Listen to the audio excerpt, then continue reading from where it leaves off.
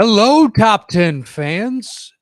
This has got to be an anomaly for you. I understand that. First off, hearing my voice if you're just listening to this. Secondly, if you're watching, well, there's someone missing from the mix. But this is the top 10. I'm one of your two hosts, Matt Knost. And the usual co host, John, is still under the weather. He got bronchitis after COVID, and Yikes. he is limiting, what he's doing. He's trying to rest up.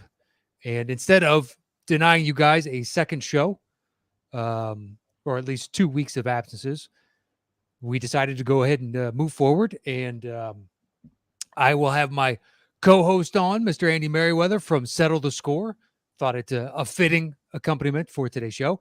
And I keep looking down at where my old camera was, and now I have my new camera. If anybody's watching, my eyes keep drifting down to.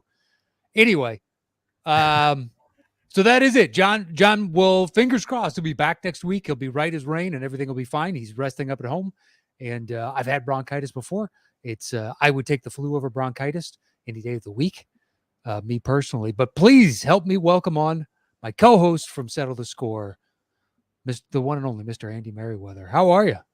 I'm good, thanks, Matt. Thank you for welcoming me on the show.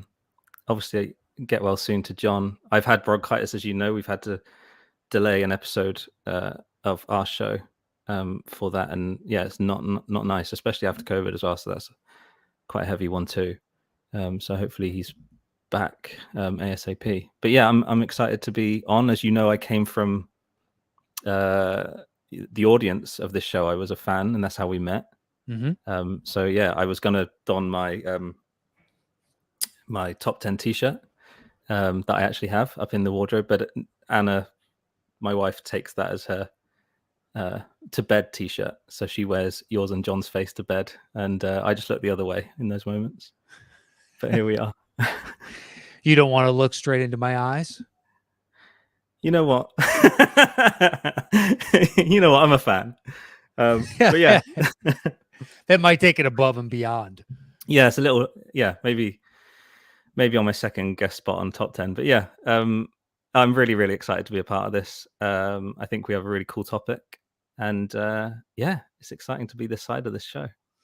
And yeah, when John texts me, he's like, I don't want to not have a show out. And I agree with him, but I wasn't going to press the issue of, can you make it? Can you do this?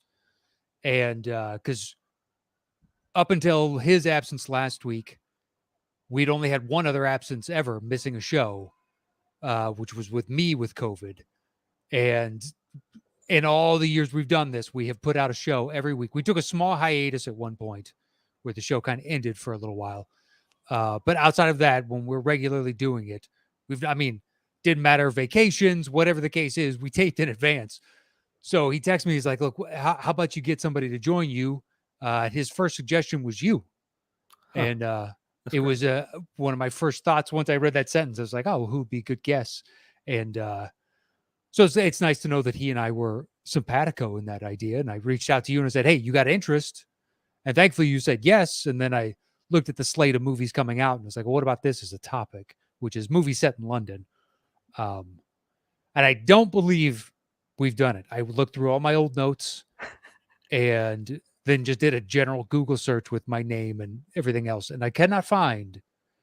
We've done other British themed, but not set in London, which sure. This is for See How They Run, the new movie coming out. See How They Run, the Sam Rockwell, your twin, and yes. Saoirse Ronan.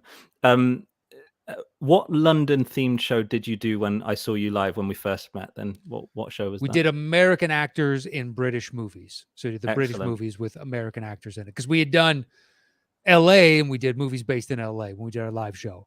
Yes. And so just to mix it up and do something different so people wouldn't just automatically assume, oh, well, you'll do set in London or something like that. But it's the obvious, oh, haven't you already done that, especially for that specific show? And as best as I can find, that is not the case. No, that's great. I'm sure you'd recognize that you were putting a similar list together. No, it's a really interesting list. I feel very confident in my 10, but I also know that I come from a completely, these are streets that I walk, these movies we're going to be talking about. So it will be interesting to see if there's quite a wild dynamic between our movies, because I come from a completely different country where we've discussed it on Settle the Score before. Some movies I haven't heard of, they never got released over here. For the most part, we get everything, but there are some where it just didn't quite hit. Sure. So yeah, that will be interesting to see. And vice versa, there might be some British movies set, in the appropriate place that you hadn't heard of, or it might be movies that if I pitch them well enough, you'll go away and want to watch. So we'll see. There are a ridiculous number of movies up for consideration on this list. Right. My side list is probably about 40 movies long. Wow. Gee. Just going through and be like, all right, that was set in London. And then some of them you have to go, well, 20% of the movies in London. I'm not counting that. I had a cutoff. I had like a rough 60% cutoff, I think, in my head, not doing the minute to minute math, but I kind of had it. If it starts in London, moves away, then I'm not kind of going with it, especially trying to restrict it to 10. That was kind of the rule for me. But I know you guys come at the game with two different rules, right? That's kind of how you play. It's like you can interpret the list. However you like. Yeah. Every once and again, we'll define it just because sometimes the topic idea is so abstract. You're like, hey, how exactly are you viewing this per se? Yeah. But usually just, hey, this is what we're doing. And then we show up and there's no mention of criteria until we actually begin the show itself. Yeah. But like when we did Paris, there's surprisingly few movies set in Paris that I had seen. Now, there were a number of them that I had, so I easily make the list. But like I had Mission Impossible, Fallout, because a good chunk of it does take place in Paris. And I was like, well, enough of this movie takes place here. Whereas London, it was much easier. Right. The list of movies that have had an American release and I have seen that are based in London, there's, several hundred. So winnowing that down to, 40-ish, something like that. And then actually down to the list that I set aside was 16, maybe 17 movies where I'm like, all right, all of these are in consideration, and then just cutting it down from there. It's very interesting. I definitely don't have a list that large, but your film repertoire is vaster than I. So I'm ready to learn, I suppose I'm saying. I'm ready to find, I'm saying you're probably going to say movies that definitely have to go on the list. And I probably just have it in my blind spot. So now, let's see. By saying I have a larger repertoire, is that your coded way of saying I'm old, you son of a bitch? Or more time on your hands, or any of those insults. But yeah, I don't know which one I was going with. I think you just are I think you came to loving film, and then I think I watched a lot of films on repeat when I was young. Maybe children do that, but I think I was watching the same sort of 20 movies and didn't kind of expand. I was a collector of movies. I had a lot of Blu-rays, but they stayed in their cellophane or DVDs. But yeah, as collector items, like they were I kind of appreciated value. No, nothing like that. Just shelves. I'd go to Blockbuster. Remember Blockbuster? And I'd go there and I'd stack up like the 3 for £10 kind of thing, and just stack them up. And then I'd get it within that multiple. So if I had like 11 movies, I'd get down to the 9, or I'd find one, and get to the multiple, take them to the till, get them home with very little intention of actually getting through them, because you just I just liked the aesthetic, I think. So we'll see. I might not have watched as many movies as you. I think I'm okay with conceding on that, but we'll see. Well, I would imagine there's going to be some movies that you've got that I've never heard of or didn't get a wide release here, but it's set there. But we'll see. Like on Settle the Score, when we did a UK based show, because we had two gentlemen on from the UK, and then we sprung it on them the last minute. Hey, you know what? This is what we're going to do. And there was like 5 movies on that list I don't think I'd ever seen. Maybe 6. That's right. Yeah. And some of the others I'd seen once, and a few of them I'd seen several times. But hopefully there's that discrepancy between the two lists, so we come up with something varied and It should different. be But fun. I'd imagine there are. Yeah, that's what I think. I think it'll be fun. It won't be the same 2 sets of 10, I'm pretty sure. So yeah, I'm intrigued. Yeah, I was looking forward to see how they run once I saw the cast list and the description, but given its release date, like, oh, that's the kiss of death. So I'm guessing it's not good. Is that specifically the weekend after? What did you guys just have Labor Day Yeah, we had weekend? Labor Day. So the weekend after that is just a pit, is it? September and January, February are the dumping grounds. Okay. From movies that are basically are not primed for success. Interesting. Every once again, there's one that's good and leaps out of that abyssal pit. But usually it's like, oh my God, well, if it's getting released here, you have to assume they had expectations for this. Interesting. Yeah, it's like George Miller's 3,000 Years of Longing, because they got shelved and pushed towards the end of summer. If that was going to be great, they would have put that out in June or July. But the very tail end of summer, it's like that doesn't bode well for that movie. I see what you're saying, and it allows Top Gun to get to the #1 spot again after 12 weeks of departing. That is unbelievable. And I think the same thing happened in '86. 14-week gap between Top Gun, #1 spots. A 14-week gap in 1986 between Top Gun being the #1 film from June to September.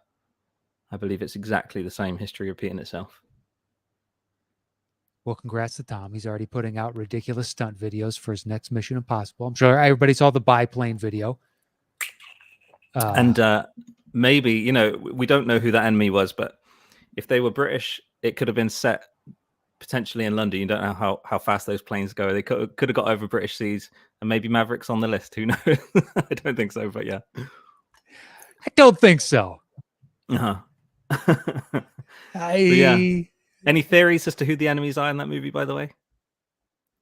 A nondescript. We don't want to offend anybody. Eastern European of some respect. Yeah, snowy terrain. Exactly. So is it?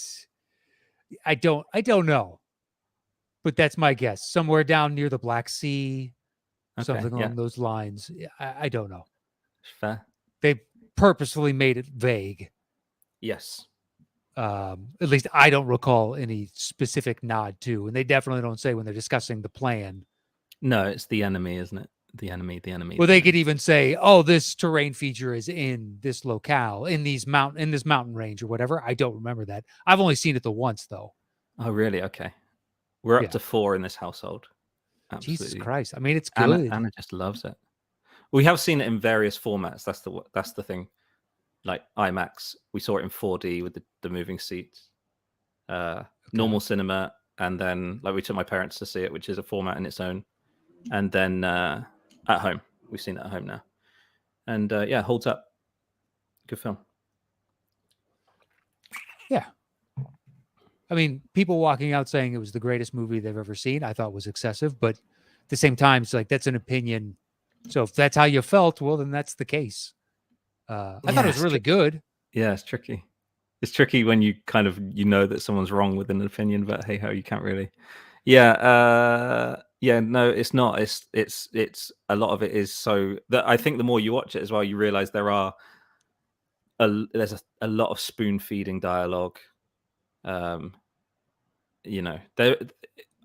think if they took a note away from the original movie, which it was, you can't really see what's going on in the dogfighting. It's a little bit confusing. And they were like, right, let's lay this out for you.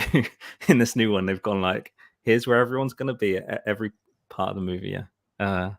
But no, I really do enjoy it. It's a good, fun, like feel good sort of action. Yeah, it felt good. I like it. And we watched Val just before going to see it the first time. So that hit harder as well, the documentary Val. Yeah, which is good. It's revisionist history, but it's a good documentary. I wouldn't know, actually. I just took it on face value. His 20,000-foot flyover island of Dr. Moreau, where he's painting himself to be this really great guy. Oh, I see. Okay. Yeah. Oh, we did talk about this on Settle the Score. Yes, you're right. You're right. It was like it looked after him. Yeah. Well, of course it did. It's his footage, and It's his footage, and also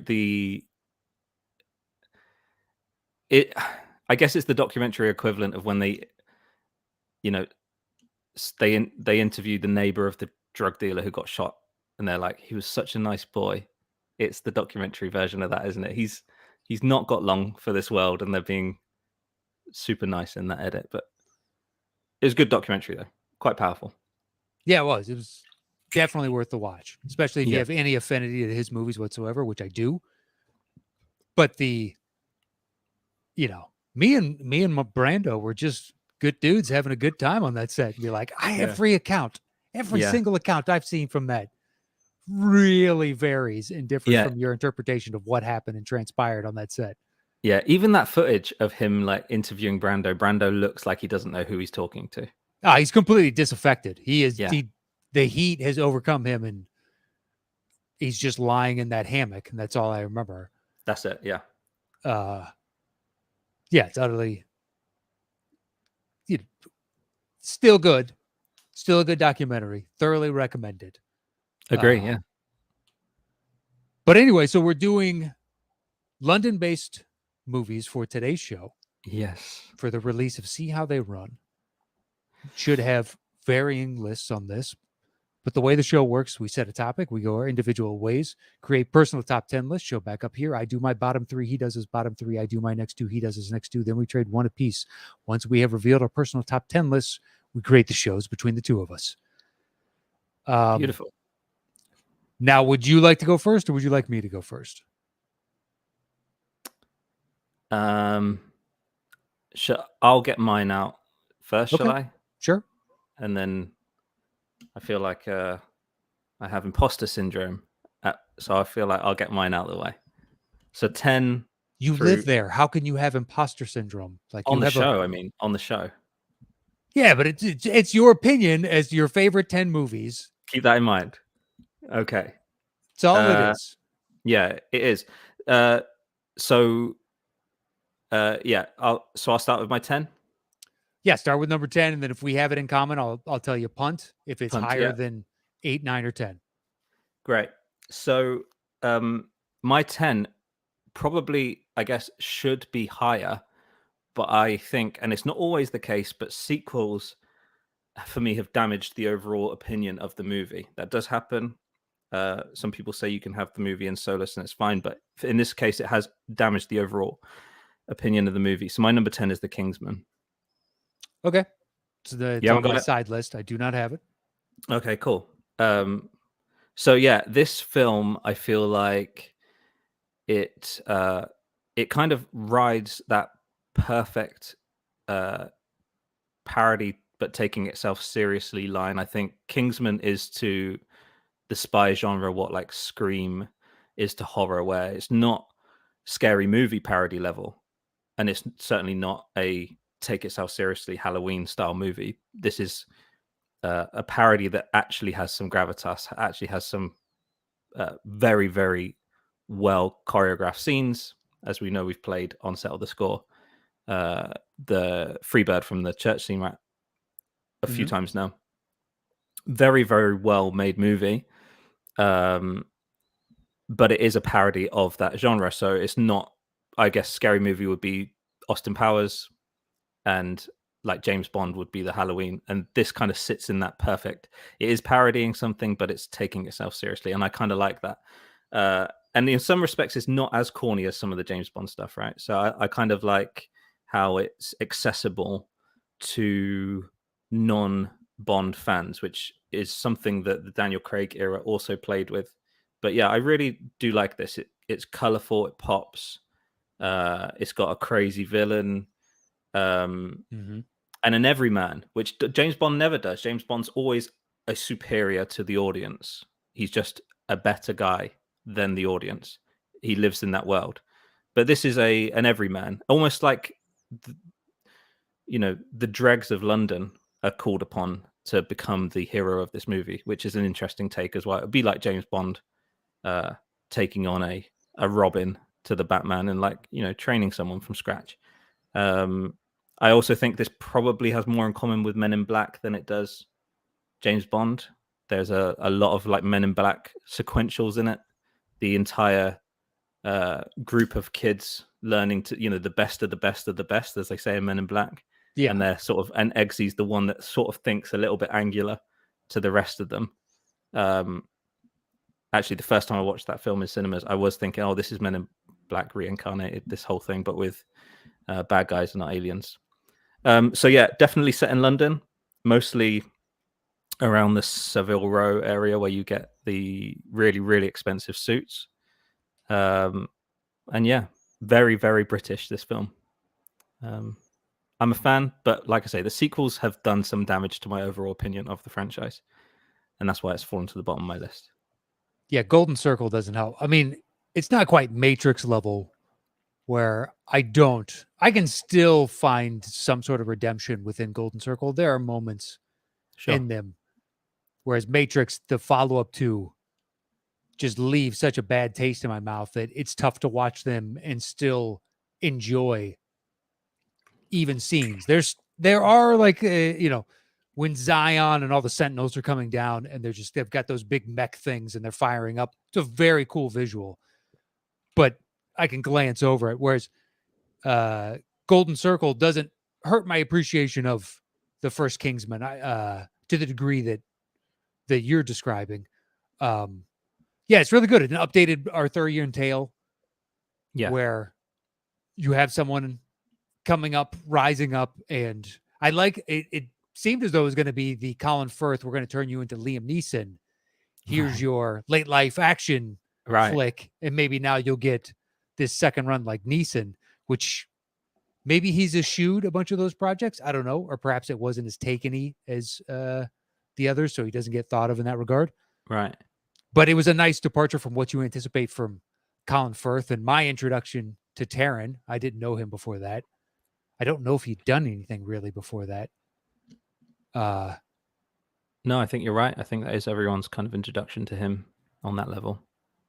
And I've pretty much enjoyed him. I think everything I've seen him in since then. He's got the new show on. I don't know if it's out over there. Blackbird. Yep. That's out here. Yeah, on that was really Apple, good. Right? Yeah. I loved the Rocket Man. Yeah, great. Much I think better people than like Bohemian Rhapsody. Yeah, agree. I think people like Eddie the Eagle a little more than me. Yeah, it's a fun movie.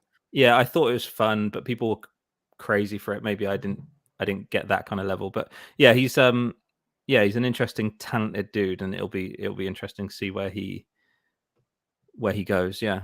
But yeah, and Colin Firth, I'm sure he was inundated after that church scene. He really threw himself at it.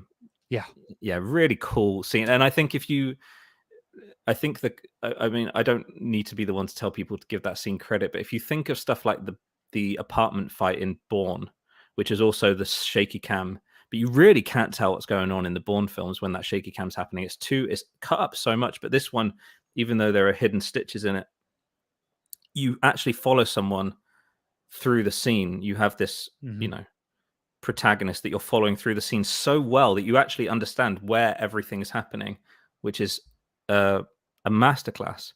I think Kingsman, probably the first one, is the only one that really I would go and YouTube scenes from, whereas Golden Circle, maybe the car scrap at the start. I don't really have anything in mind where I'm like, oh, I'd want to go and watch that scene. And then The King's Man, I really didn't enjoy at all. Maybe I was too excited for it, but I really didn't enjoy it. Yeah. Ugh. I liked it better than Golden Circle, but it was still It left you wanting. Yeah. Mm-hmm. Had high aspirations. Sure. Yeah. Plus the reveal on the villain, I was like, well, that's the only guy we haven't seen for quite a while. Of course, it was really annoying. I actually, on that reveal, I was going, well, obviously that's not even. Yeah, I was so annoyed. I paused it. We watched it at home, which again, I didn't give it its due. It didn't actually come out at cinemas here, so we watched it at home. So it's not the best format to watch it in, but yeah, I paused it and said to Anna, well, obvious, like, I thought they were setting it up that you would think it would be him, and then obviously they're going to twist it, because that's what a twist is. This thing was just like, here's who the villain is probably going to Yeah. be, and then reveal, oh, it's him. Oh, Here's the okay, gun in the first act, and if you show it in the first act, you need to reveal it sure, in the third. yeah, Chekhov's Uh, villain. Yeah.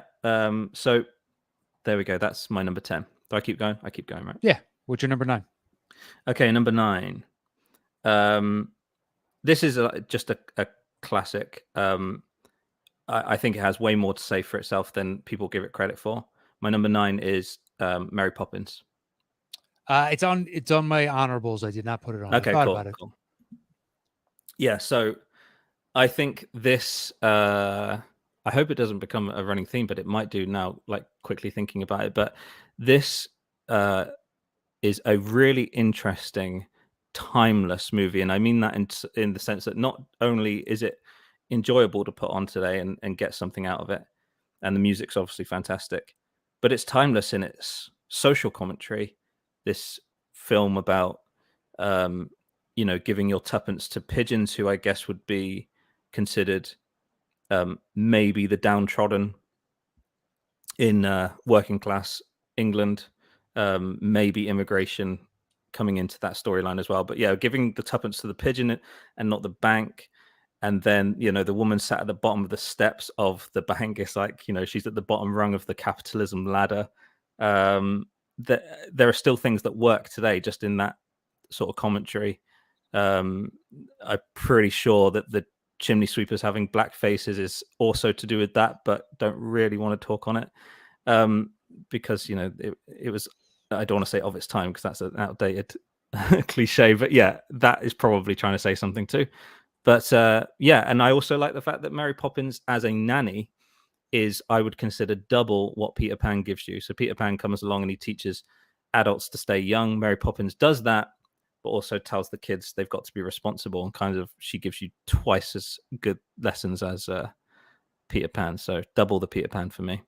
I really, really like it. I think Julie Andrews just is unbelievable. The distance she holds from the kids, not just physically, but just in her look. If you watch it again, she kind of just maintains this distance from them because she knows she has to go. She's finite. Mm-hmm. She hasn't got any kids of her own, so she doesn't get to take these kids home with her, and she maintains this distance from them. Sometimes she lies to them about magic, sometimes she lets them in on it. There's all this kind of, children are complex, they have complex brains, it's not all black and white, and she's trying to constantly play with what's reality and what's fantasy in their world. And I really, really like it. She teaches Mr. Banks that I think the obvious way for this film to go would be for her to come in and take down the banking system, to take down capitalism, to shoot down that Death Star, right? But she doesn't. She just teaches Mr. Banks that he can live the current life he's living, but with a bit more sweetness. Like, she doesn't say, am I allowed to swear? Are we swearers on this show or not so much? Go ahead. She doesn't say fuck medicine. She says medicine's sweeter if you take some sugar with it. That's the message for having a life where you have your security and your stability, but you are altruistic and kind. That's, you can't give everything up because you think it's better off for someone in a tougher position to have your house. No one wants to do that. People want their four walls and their roof and their nice things, but you can do things to help the medicine go down. I think there's probably a bigger message there than even the filmmakers meant, but hey ho, that's me. But that I think there's something in there that is quite timeless. And even when we're talking about the situation with the world and opening your house up to help people that have been left homeless by recent events, I think there's something in Mary Poppins that is letting you know that you can keep, having nice dinners out and stuff like that, but you can sweeten the pot for other people if you need to, if that makes you feel good. Look at that. I don't know that many people are drawing modern analogy from Mary Poppins. Okay. I mean, Mary Poppins was so good that Saving Mr. Banks, the best parts of that to me were the making of Mary Poppins. Agree. Not the exploration of her father and the backstory between the two of them. It was all the, how do we make these incredible songs, and what is this story going to be? How do we bring this to life? But yeah, timeless movie. I just, there's a murderer's row of really good films that have been set in this in London. So you gotta make choices. And I can't tell you the last time that I watched Mary Poppins, even though I watched it a bunch of times as a kid. Sure.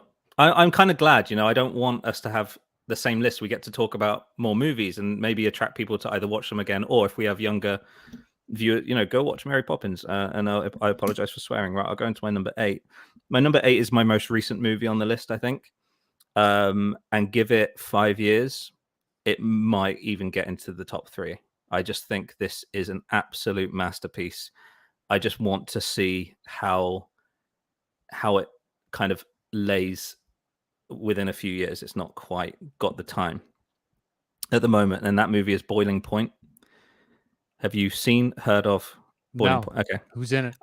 It's Stephen Graham, Okay. Tommy from Snatch. Excellent actor. I've seen him a bunch on the West End. He's always like in and out of plays over here. And so the movie is about a chef. I guess if you've seen the movie Chef, Oh yeah, I remember you've seeing the probably seen trailer it for featured this. on Netflix or something like that, like on the homepage of Netflix. I Yeah. think it did only come out on streaming. So it's basically a movie about a head chef at a restaurant, quite a high-end restaurant in London, who is dealing with both pressures in his personal life and the restaurant. And the entire film takes place from the front of the restaurant, which you actually never see the sort of fascia of the brick, but from the front end of the restaurant where all the seating area is, through to the bar, through to the open kitchen. You can see the chefs there, that type of restaurant, and then the back kitchen where the pastry chef and the cleaners, the kitchen cleaners are the dishwashers.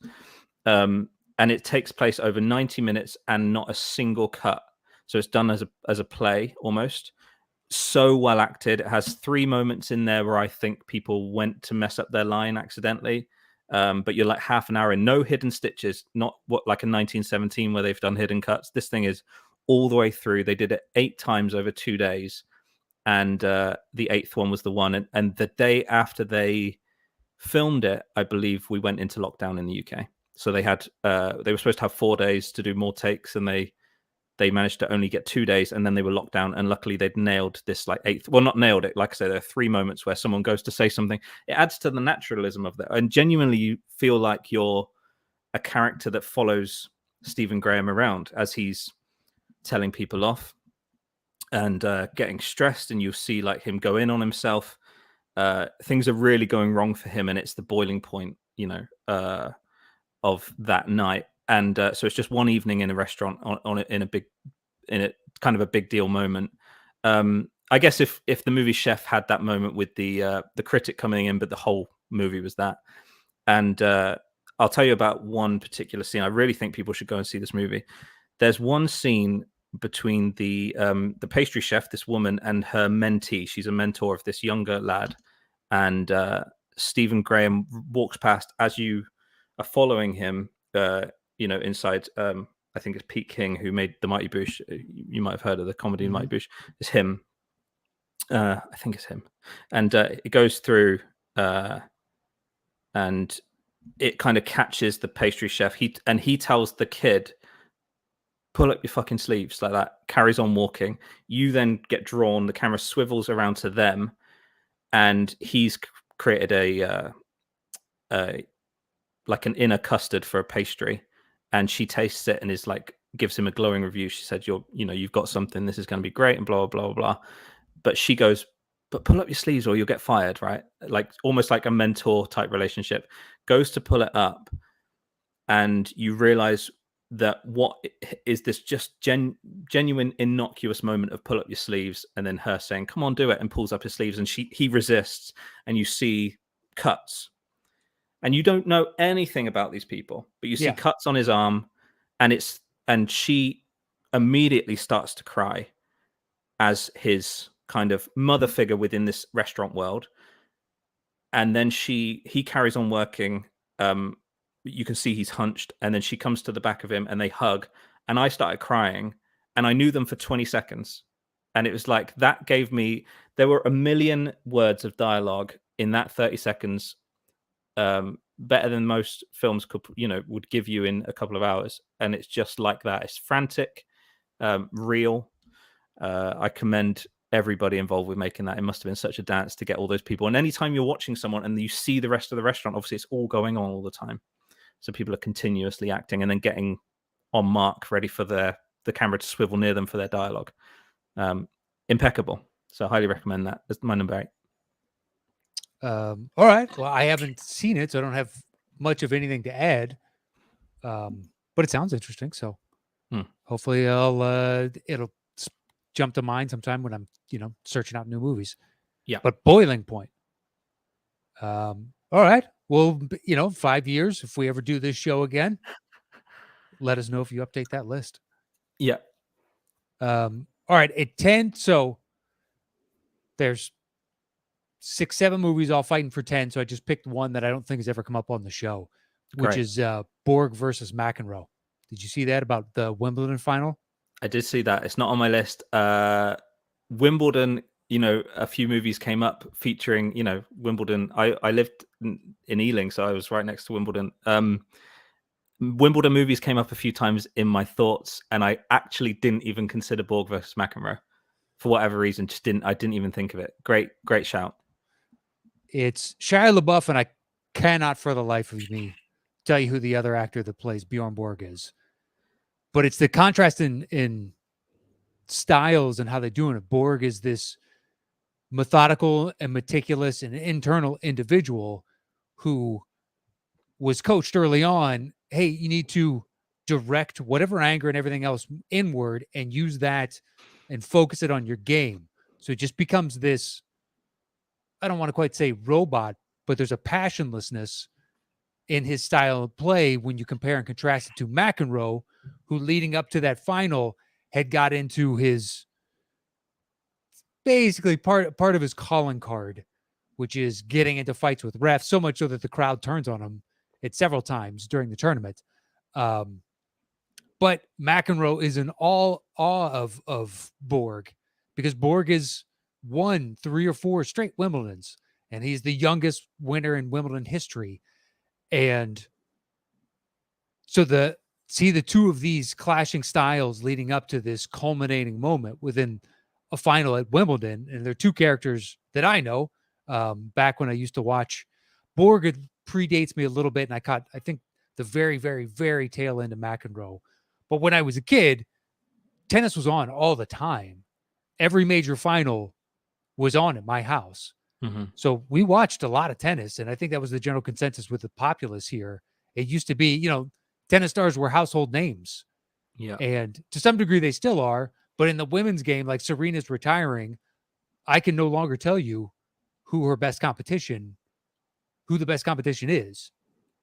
And on the men's side, if it's not Djokovic, Nadal, or Federer, I don't know anybody else below those 3 names.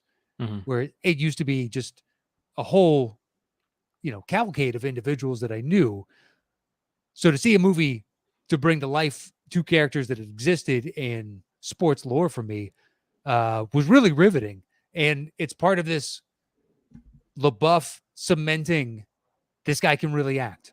Mm-hmm. It's, he is not just some former Disney star. And he's now rattled off several movies where he's been stellar in them, like Peanut Butter Falcon or Fury, or he's got several under his belt. We're like, this dude is really good. And now it wasn't like officially sanctioned by McEnroe or Borg or the estates or any involved. So they didn't come to them for it. But I think it's an honest representation of the 2 individuals and the culminating final. And I guess I don't want to spoil what happens, even though it's history, history, and you could easily go look it up if you wanted to. Even knowing the outcome before I saw it, it still makes for a good movie. And I don't know that it's ever come up on the show, or if it has, maybe just once. So why not add it on? That's great. Great choice. Yeah, like I say, that's a complete miss for me. I did come up with the obvious, Wimbledon itself. Wimbledon itself. Match Point was another one, but yeah, great shout. Very, very impressive. All right, at 9, I've got Tinker Tailor Soldier Spy. Blind Spot. Tell me why I should watch it. Well, do you like Cold War espionage movies? Do you Tell like me the out. idea? So the setup is it's MI6 Hmm. and they have a mole in their midst. So they bring in Gary Oldman as a former agent to come and suss out who exactly is the mole in all of this. So it's the back and the forth trying to figure out all the small glances and all the interconnections between people, and the cast is excellent across the board. But he's the central figure in all of that, and it's really hard to get into a discussion of it without kind of letting you know what happens in the movie. Sure. But if you like any of that, the subterfuge and the clandestine nature of Cold War espionage, it really hits the nail on the head. Okay. It's everything John le Carre puts on paper brought to life on screen, which a lot of times doesn't translate because you need, I guess the general feeling is within cinema, you need some explosions, you need something to kind of pepper in. And this is a much more quiet and realistic version of the tradecraft and what actually would happen. Plus, it's a nice little period piece. So I think it's an excellent movie.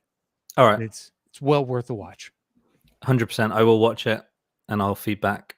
Yeah, it's definitely just been always just outside the watch list. Have to see this movie tonight. Just sitting outside of that for a while. So obviously it's on my radar. Just one of those. I don't know. Sometimes you miss a movie and it just then falls away from you every time it's out of your reach. So Yeah. Yeah. And then you're reminded of it and you're like, oh, yeah, I still haven't seen that. Yeah, right. Yeah. Yeah. And even putting this list together, it was like, if I had time. So, yeah. Okay, cool. And my number 8 is The Prestige. Punting. First Okay. time. All right. What do you got at 7? Okay, my number 7 is 28 Days Later. That's a punt. Nice. Okay, that's good. That's good. So we had some differences, now some similarities coming in. Sure. What do you got Great. at 6? Okay, number 6. My number 6 is Paddington. Not on my list. Didn't like it or didn't think about it or what? Turned it off after about 25 minutes. Just couldn't get into it. Okay. Same thing happened with the Lego movie. Everybody raves about it about 20 minutes in. Whereas I watched Lego Batman. I thought that was great. Cool. Okay. Paddington's the movie I was thinking of with Pete King. I actually don't know now who directed Boiling Point. Pete King did Mighty Boosh and he did Paddington. I remember it because it was a departure from what he usually does. So yeah, I absolutely adore this movie. I know you've heard people obviously rave about it. Setting Notting Hill. The Browns live in Notting Hill, not too far from the Whoopsie-Daisy scene in Notting Hill, actually.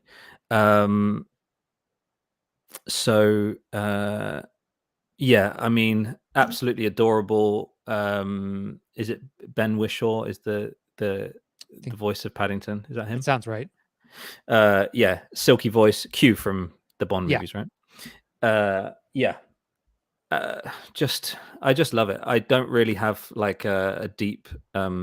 I don't think there's much of a social commentary. Although, again, if you wanted to, you could talk about immigration with Paddington. He comes over from Peru. And he just stands at the station, believing there to be a family. That scene hurts my heart, by the way.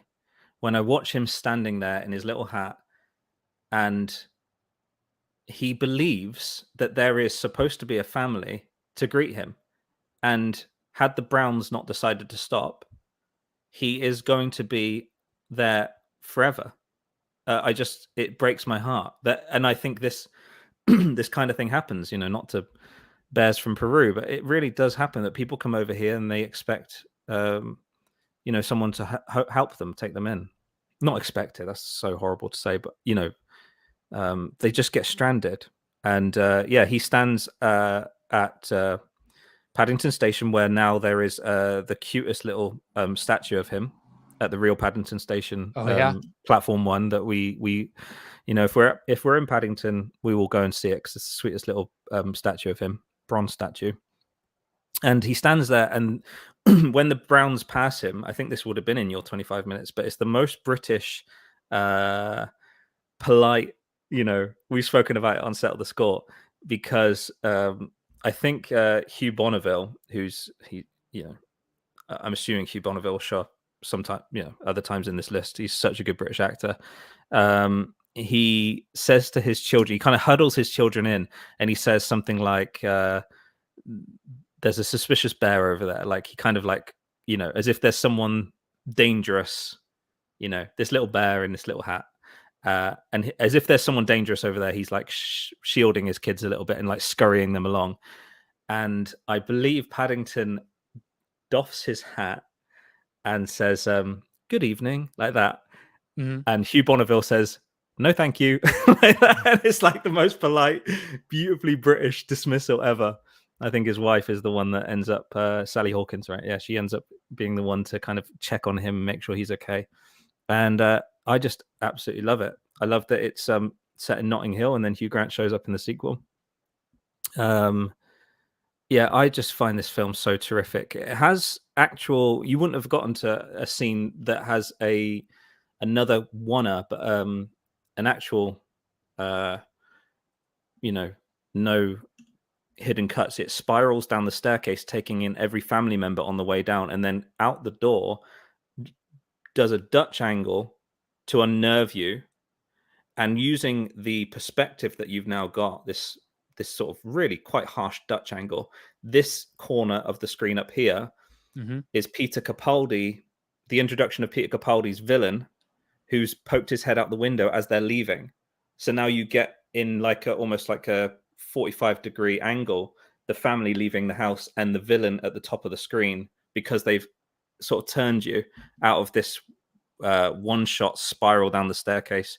Very well done. Like I always like when filmmakers express themselves, and this guy came from doing like really quite cheap looking television in Britain. It is critically acclaimed, The Mighty Boosh, but yeah, really kind of stylistic. It honestly has elements of it that Edgar Wright would be proud of. It has like very quick edits, of quick montages in the same vein as maybe a Tarantino or an Edgar Wright would do.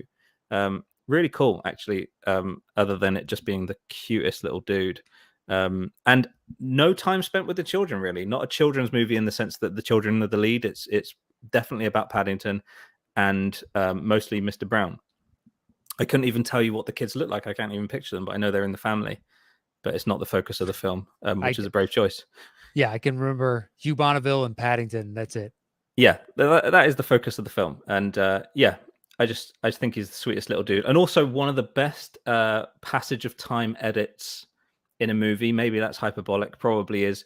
But the start of the film, him, going in with his paw into a jar of marmalade. I think it might have been honey, maybe. But yeah, probably marmalade, right? And then him discarding it. And then it cuts to the end of his journey from Peru. And it's a whole discarded, like maybe 100 jars of marmalade, just this edit. So this much time has passed, which is is great. It's great. Stuff like that is cool. Lots of like visual gags in it. Really, really impressive, funny gags. But yeah, it didn't hit with you. That's fair. It was more so I'm watching it with Catherine, my wife, and she wasn't into it. So it's just like, you know what? I'm not absolutely in love with this, so I'm fine if you want to turn it off. Sure. But if she picks her phone up in the first 5-10 minutes, it's like, okay, well, and then maintains being on her phone for a while. It's like, all right, well, she's not jazzed about it, so we can watch something else. Pick something else, yeah. Yeah. There is a joke in it, which is one of those that you really ride the line of too corny, and it's the villain chasing Paddington through the streets of London, and he's somehow got on, I think he's on a helium balloon, like floating above the houses, and the sat nav says in 100 yards, bear left. And he looks and the bear is over to the left, which, I found it very funny. I like that kind of stuff. It's definitely a kid's movie. I'm looking forward to Ezra seeing it. That's my defense, I guess. I don't need to defend this Look, movie. People love it. yeah. It got a sequel that some people feel is better than the first one. Yeah, I don't think it has the gravitas, but probably funnier, the second one. If that's what you're looking for out of the movie, then it's probably a better movie. Yeah, it did like insanely well. So you're not alone. I would imagine most of the people listening and watching are fans of the series as well. So, all Sure. right. So that was your 6. 6, yeah. Over to you. All right. My 7 is V for Vendetta. I saw this movie one time. We've done a lot of it on Settle the Score, using the actual score. But no, take it away. I remember We've done the I remember 1812 enjoying overture. it. Yeah, I remember enjoying it very much. It's come up on a number of lists for the show. It's a wrapped up in an excellent action movie. Is also a political intrigue and the corruption of power and how people in these positions will manipulate and connive and do everything in their power, or everything in their ability to maintain that power. And it is a reflection upon society because you can easily see this happening in various ways currently and will continue to happen for the rest of time. So long as humans are being cunts to one another, which is never going to end, Yeah. things like this will always exist. And Hugo Weaving's voice is a character in and of itself. It's just so impactful. You never see his face. He's always behind the Guy Fawkes mask. And it's still just as good. I can listen to that timbre of his voice as he slowly explains whatever is happening, or he has to explain to Natalie Portman or try and help guide her down a path of revelation, and so she can piece it together herself. I can understand why the sonorous tones of that, when it comes across televisions in Britain, would draw you in. But it's an excellent movie. It's one we've talked about a great deal on this show, so we can move on. Okay, great. Yeah, I will have to revisit it. I'm pretty sure Anna's never seen it, so that might be a good reason to put it on. But yeah, okay, cool, good choice. So we are we now going My one? 6. Your 6. I apologize. I'm so sorry. Yeah. My 6 is Snatch. Okay. That's my 5. So that is a punt. Punting, so we're going to take a quick break right now. Okay. And hear this word from our sponsor. Then when we come back, we'll be discussing Snatch spoilers. All right, there we go. And so you have it higher. So please go ahead and start the Snatch discussion. Okay. Here's the thing I will have to say about Snatch. I haven't seen this movie. This has been on a watch list for Anna and I. I haven't seen this movie in a while. We use a bunch of songs from it on Settle the Score. I have done. And every time it comes up on a list for Settle the Score, I think must watch that again, because it's arguably one of the most rewatchable films out there, I think, in terms of like what makes a rewatchable film, where it's like doesn't have any fat on it, like Brad Pitt in the movie. It's funny, very, very funny, quippy, fast, great plot, complex enough plot to enjoy multiple times, I would say, probably. But yeah, I've seen it a couple to 3 times, not sure, but not in a while. And so I stuck it in the 5. It took out everything, bumped down 1, and it took out a movie that I thought might be not quite worthy of the list anyway, so that's okay. But I did want to discuss it. I'll mention it in the honorable mentions. But I don't have an awful lot to say about it. I remember almost everyone's name in it. I remember, specific plot details, but overall, my sort of feelings on the film kind of have a void. I want to rewatch it. So I think I'm kind of deferring to you to discuss it in detail. Well, what you brought up before, there's no fat to trim.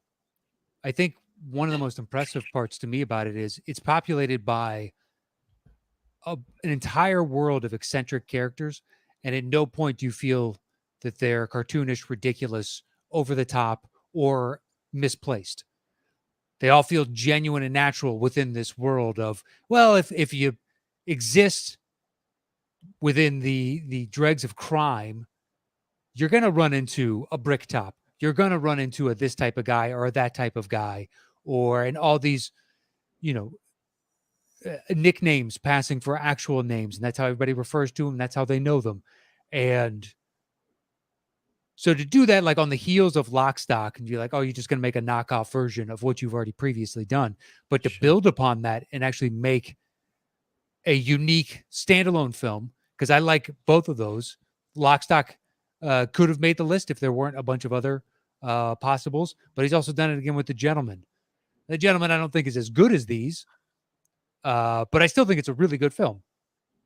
But Snatch, I mean, you brought up, Brad Pitt playing a gypsy, which was the part that he chose. When Guy Ritchie reached out to him and said, would you like to be in this? He's like, yes, that's the part that I'd like to play. And Ritchie didn't know if he wanted to give it to him or not until he came in with this full gypsy accent and whatnot. And then they, I think, made the choice to do subtitles after that, because just it's almost indecipherable at numerous points until you get like the rhythm of what he's saying, especially somebody here stateside, because I'm not around the various accents that you may have that have populated your life. Whereas I've, I might be able to more easily navigate Southern accents and some thicker ones there. Although I've got a family member that it took me 2 days to figure out what the fuck he was saying. It's not an exaggeration. We were watching college basketball and they started talking about the action on screen, and I finally understood. That was my Rosetta Stone. And then from there on, I could understand what he was saying. But before that, he's from right outside of Baton Rouge, and it is a thick Baton Rouge. Right. Thick, like Creole infused. I don't understand a third of what's coming out. Like, I don't understand a third of the words, and the other 2/3, like, it's practically indecipherable at times. But casting, bringing some of the mainstays that you've had in Jason Statham and Vinnie Jones, but bringing in, Brad Pitt and Dennis Farina and Benicio del Toro and Stephen Graham, who you brought up. It's just, he manages to write tons of different interesting parts, and nobody really dominates screen time, and yet you feel like you know all these people and everything about them. It's really good. I recommend Snatch, thoroughly. Yeah, absolutely, yeah. And you even talking about it makes me want to watch it again. There's so many. It's so quotable as well. So many good lines in it. Yeah, and I think I genuinely, thinking about it, as you said, a couple of names there, I think it must be Statham and Vinnie Jones's second ever movie, because they got their first gig with Lock, Stock, and then this is I think both of them that's their second ever movie. And certainly Statham, you start to see he's gonna be all right. He's really, really competent in that film, in Snatch. Yeah. Vinny makes a bunch of, like, straight to streaming action films and shit now, if you go look it up. Right. Yeah. Yeah, I didn't really follow his career, but really, really good choice. Obviously, we're only one apart on that. But it did, it bumped in because I felt like it belonged. But in terms of 10 of what I would consider my favorite movies set in London, I felt like I hadn't seen it recently enough to discuss it. But I felt like I was confident you'd have it, but I felt like it should get there. It should get the double up, so it belongs on that final list. So yeah. All right, so that was your 5? That was my 5. So we go to your 5? Yeah, my 5 is A Christmas Carol with George C. Scott.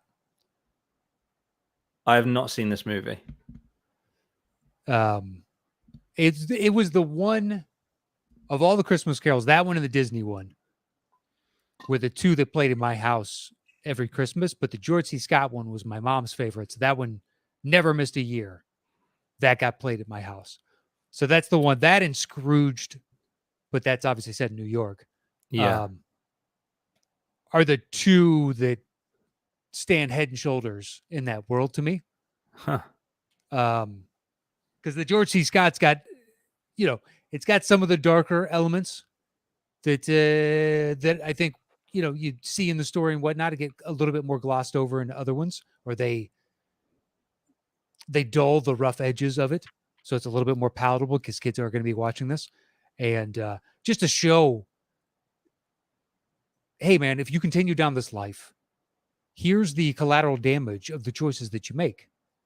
Like there is a cause and effect to everything that you're doing, whether it's good or bad, and here are the choices that you made previously and that you're making currently and where they're going to lead ultimately if you continue down this path. And it's a nice encapsulation of what we try and do at that time of year, which is just be a little bit nicer to those around you and try and help out and give back and spread a little bit of joy in this world, that you're going to forget about the other 11 months of the year. But we're going to try for about 3.5 weeks of 1 month to not be a dick to everybody around you in the world. And I watch some variation of A Christmas Carol every year. Although I think this past year was the only year I didn't watch a single Christmas movie. Just because we were in lockdown so much, it didn't really feel like Christmas. It just came around. It's just like, yeah, it's here, I guess. And it was another day on some level as any other. And it just, I don't know. I wasn't really although I decorated like crazy and I put up a ton of lights and covered the outside and inside of the house and did what I could. But I don't think I watched a single Christmas. So this might be the first year that I watched some variation of A Christmas Carol in my entire life that I can recall. Interesting. But A Christmas Carol with George C. Scott is the one that I've seen probably the most. What year is that movie? I would say mid to late 80s. Okay. All right. Okay. Well, yeah, that one, it's not even really on my radar, I guess, because there have been so many versions of it. I don't recall it being a big deal here at all. Yeah, I mean, the Muppet Christmas Carol was the one that we had on every year. I feel like even if I'd have thought of that, it must be set in London, but I guess it feels like it's set in kind of Muppet land. It feels like cobblestone in Muppet world. I can't even picture it having a kind of London vibe. I wouldn't have even thought about it. Interesting. Well, Dickens said it in London, 1984. I guess it would have to be even the Muppet one. And I think maybe if I'd have thought about it, maybe that would have found its way to the bottom of my list. It just doesn't feel like a London set movie to me because I never thought about it like that, but it must be. Okay, that's interesting. Well, this Christmas, Matt, I'm gonna watch that movie. I genuinely didn't have that on my radar. That I don't know if it made a splash over here. Interesting. There's been so many of them, right? And I don't know if my mom didn't watch it and love it as her favorite. I don't know that it makes my list because I wouldn't have seen it enough times to where it's nostalgic and it takes me back to being a kid watching it with my mom. Yeah. And you have plenty of British fans that watch this and they'll tell me that, of course, they went to see it or whatever. But just isn't on my radar. Have you seen A Man Who Saved Christmas? I recognize... Or Man Who Created Christmas or whatever. Christmas Carol with George C. Scott. I recognize that as almost a phrase. So it must be somewhere, back here. But okay, this Christmas is on.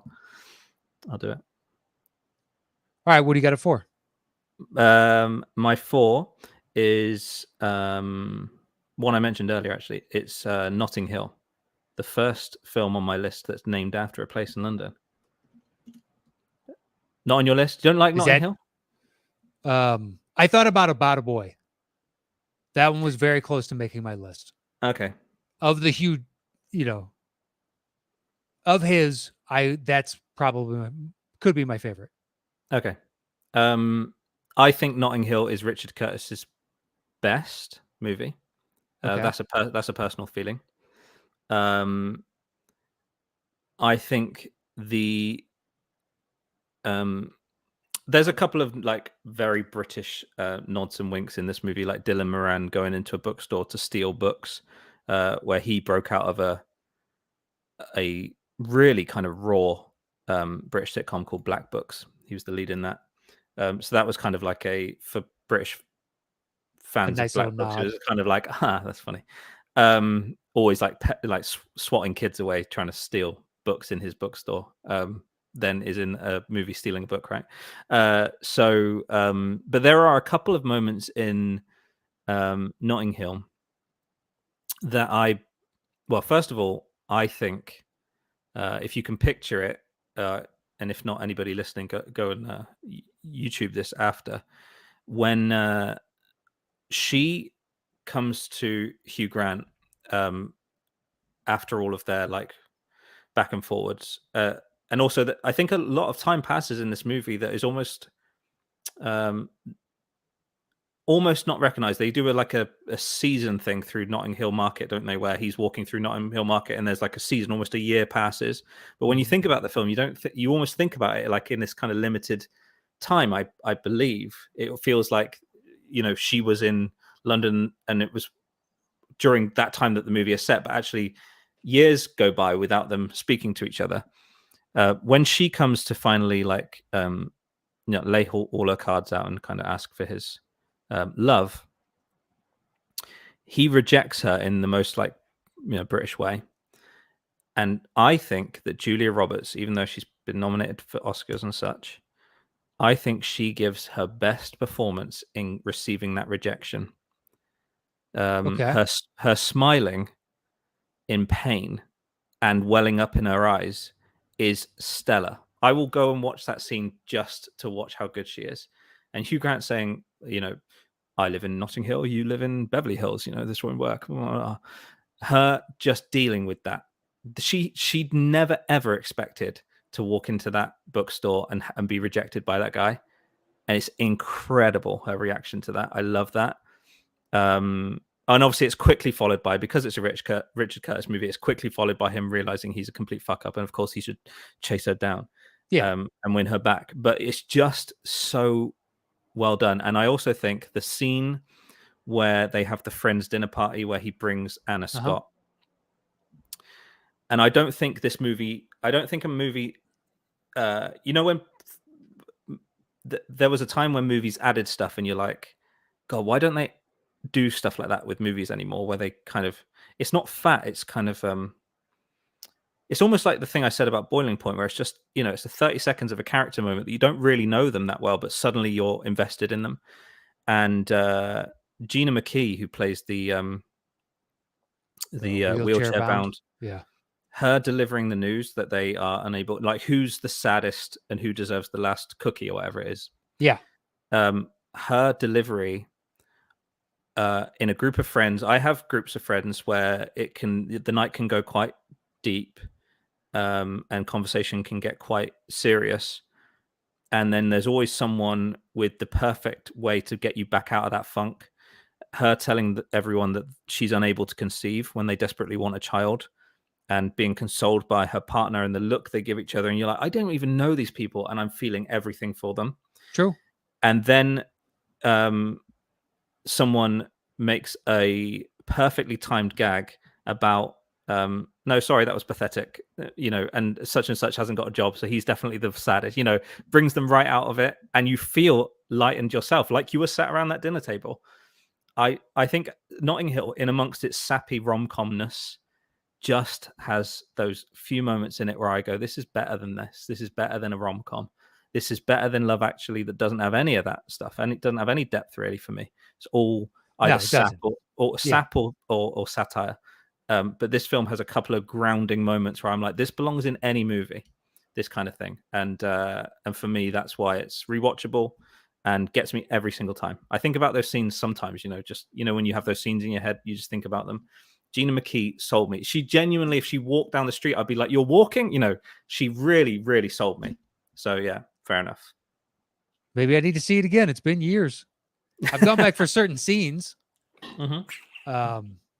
Especially them trying to, all in the car, running to that press screening so he can come back in. It's a nice moment. It still gets you. Yeah. The horse and hound thing is very funny. A young, Misha Barton, right? Yeah. I think that stuff's funny, and it's kind of you play on Hugh Grant's absurd mumbly, like mumbliness. But I think I genuinely think there are even the first time they have their meet cute and he spills coffee on her. Julia Roberts plays it so naturally. It's almost like someone. She's obviously playing an actress. She is an actress. She's a superstar, and she's playing a superstar. And there's something about her that it felt more natural. Like she even smiles in their first meet cute when she's like this, and she has this smile on her face at the first thing he says, and it's almost like you'd go, "Sorry, cut there, Julia. You corpsed. Can we go back and do it again?"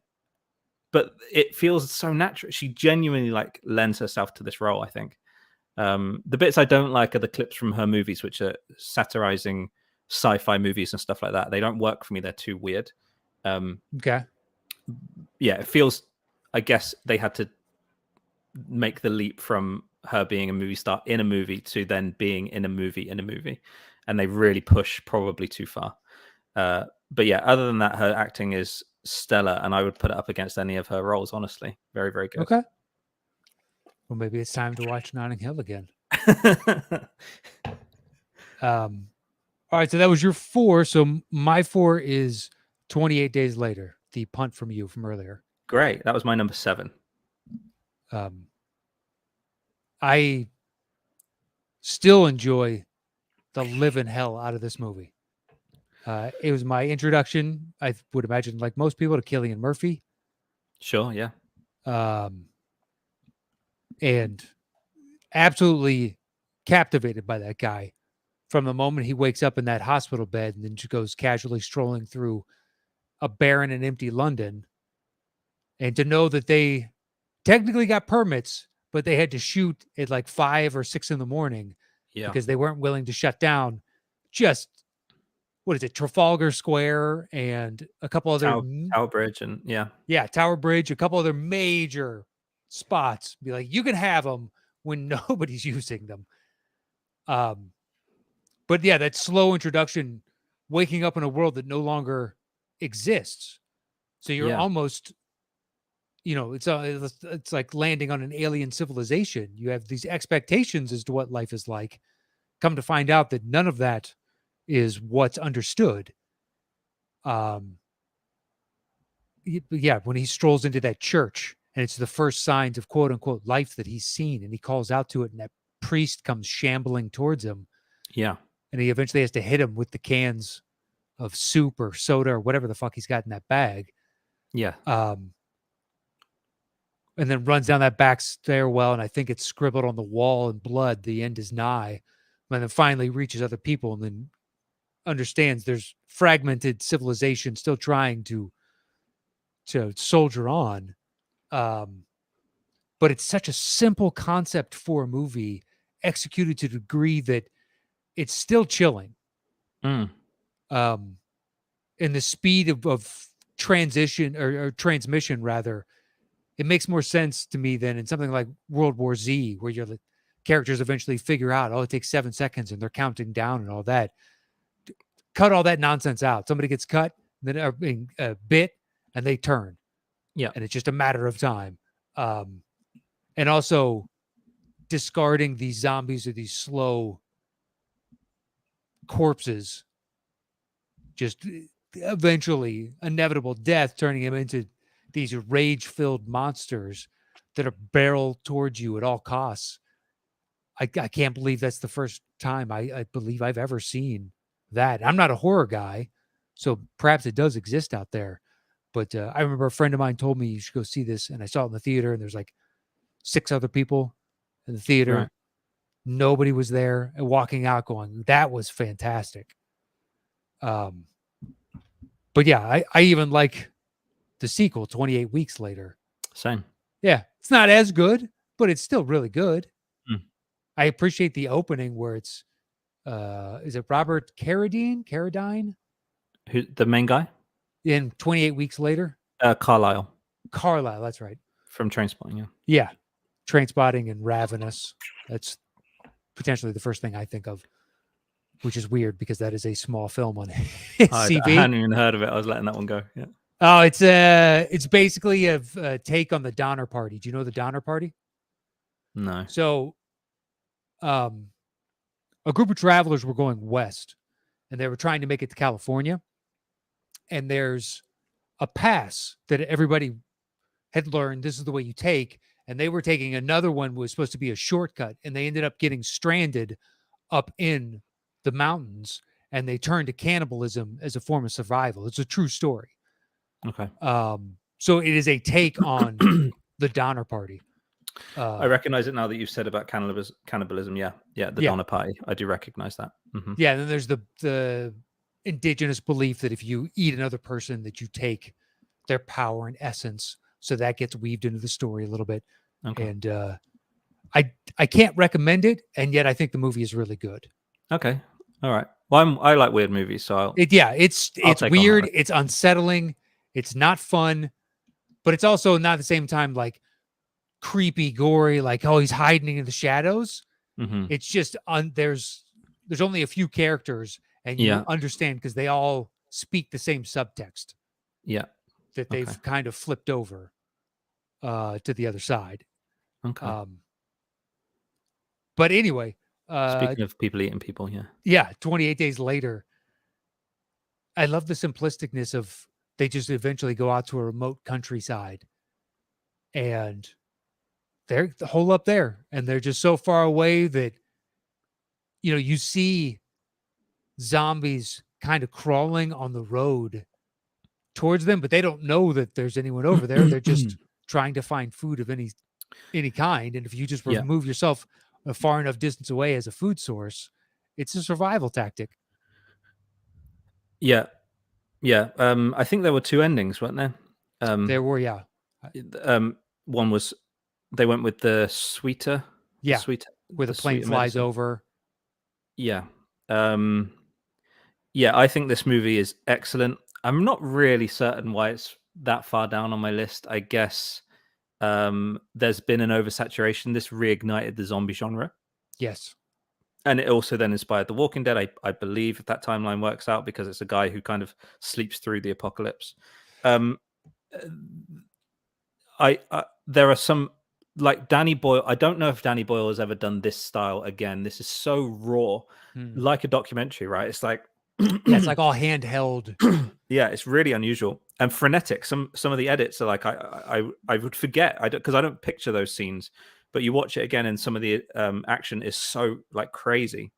Oh yeah, so cut up so interestingly, and what I really like I think everyone pictures him, Cillian Murphy, walking in the street, as you say. What I really like about that is, I think you could forget because you picture that scene so often. Not you forget, but generally, is that there's this kind of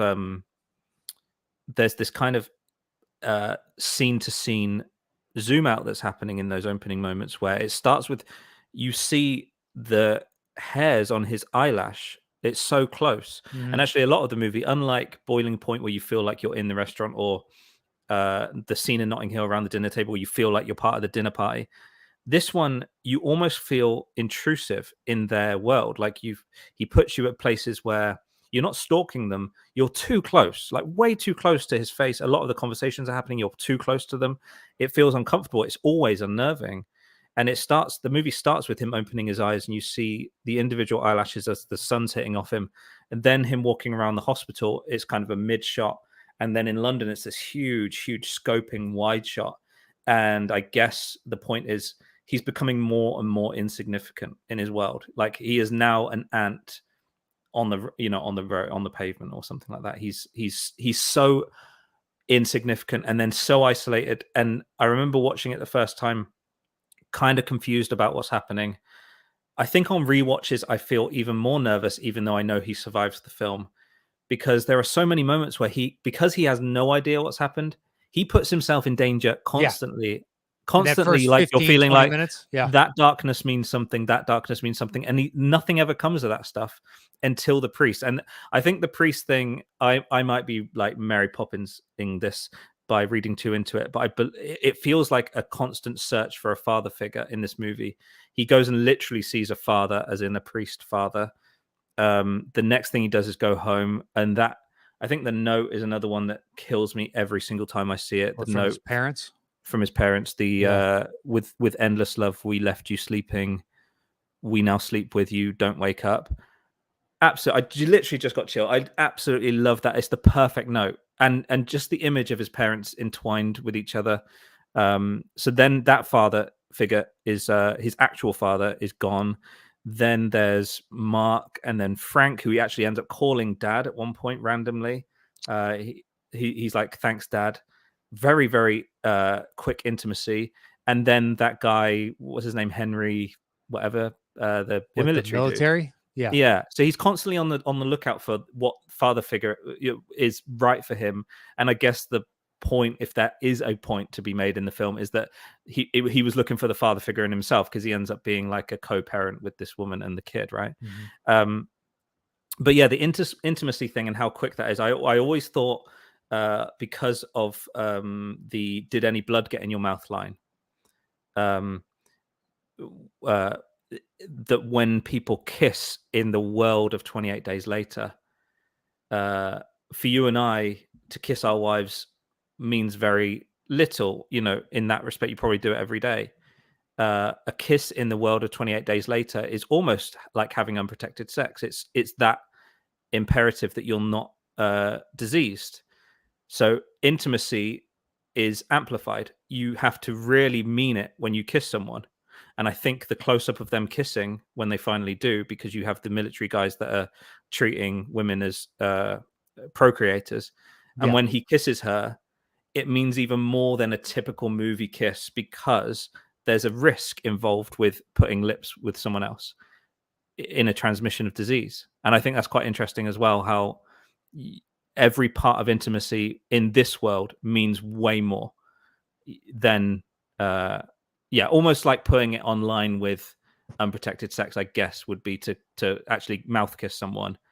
There's a risk involved, and I feel like them kissing means that much more. It's not just a typical, oh, these two are going to end up together. It's important that he was willing to and she was willing to. All right. What do you got at 3? Uh-huh. Uh-huh. Same genre, but slightly different. I've got Shaun of the Dead. Okay. You didn't have Shaun of the Dead? It's on my side list. It was Sure. one of the 17 or 16 or 17, whatever. Okay, cool. Yeah, very different take on the zombie genre. Edgar Wright's kind of breakout for most people, although I was a fan of Spaced, so I kind of knew him and Simon Pegg and Nick Frost from the sitcom Spaced, where they all come Mhm. from. Excellent show, by the way, if people want to dig it out. Yeah, deconstructs the horror genre in general, but zombies specifically. And it it kind of uses the mundanity of everyday lives in those opening scenes where the zombie apocalypse hasn't happened, but people are kind of just doing their job. Everything's very boring. They're zombie-like. And then you have the hoodlums on the street that walk in that kind of thuggish way, zombie-like. And I guess those two dynamics are the point of Sean's story, which are, he's got Pete Serafinowicz, Yeah. his The other roommate. roommate. Yeah, who is that kind of get a job, be responsible. And then you've got Ed, who is this sloppy, irresponsible, immature one. And Sean is he's the aggregate of those two types of people. He feels like he needs to be more responsible, but he also feels like he deserves to have an element of fun in his life. Mm-hmm. And I think the fact that both Pete and Ed end up as zombies is kind of the point. I guess the point that Edgar Wright's trying to say is you have to have both, both facets of that world. You have to be responsible, earn a living, blah blah blah, but have some fun, be a bit silly, make fart noises, do all that as well. But don't be all fart noises, and don't be all shirt and tie. Find the line and you'll survive life. I think that's the point of the movie. I really like it. Very, very funny. I think Hot Fuzz is probably its superior, Okay. but not set in London. Starts in London, doesn't end up set in London. It's Yeah, like yeah. set in a He's a little cop in Devonshire. London, then it has to go out to. Yeah. So Shaun of the Dead, I think, deserved a place on the list. Interestingly, based on where these pubs are, both Eggsy from Kingsman and Shaun from Shaun of the Dead live in North London. Shaun of the Dead, Crouch End, and Eggsy is some council estate up in North London somewhere near Tottenham. And both of their local, I'm getting local in quotes, both of their local pub, the Winchester and the Black Prince, I believe. The Winchester's not the Winchester, it's the Duke of Albany in real life.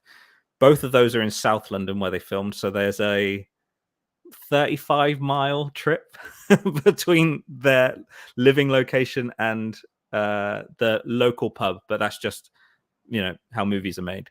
But that I find that quite funny, that if you were to do let's do the Shaun of the Dead tour, you'd have to travel the extent of London to go to where Shaun lives. 35-minute or 35-mile?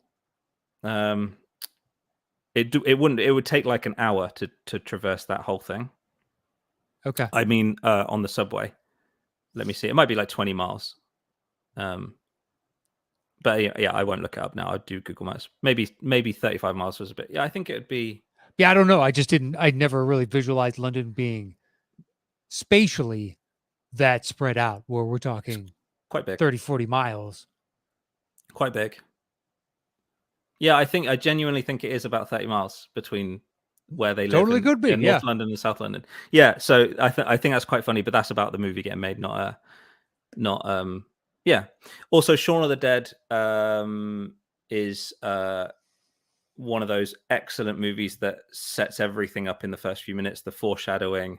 Yeah, Edgar Wright's become is really good at that. Really, really good at doing that kind of. You don't quite understand what it all means until you deconstruct it later, but really, really good. And even the if you want to live like this, if you want to be like this, Pete says to Ed, go fuck off and live in a shed. Obviously the movie ends with Ed living in a shed.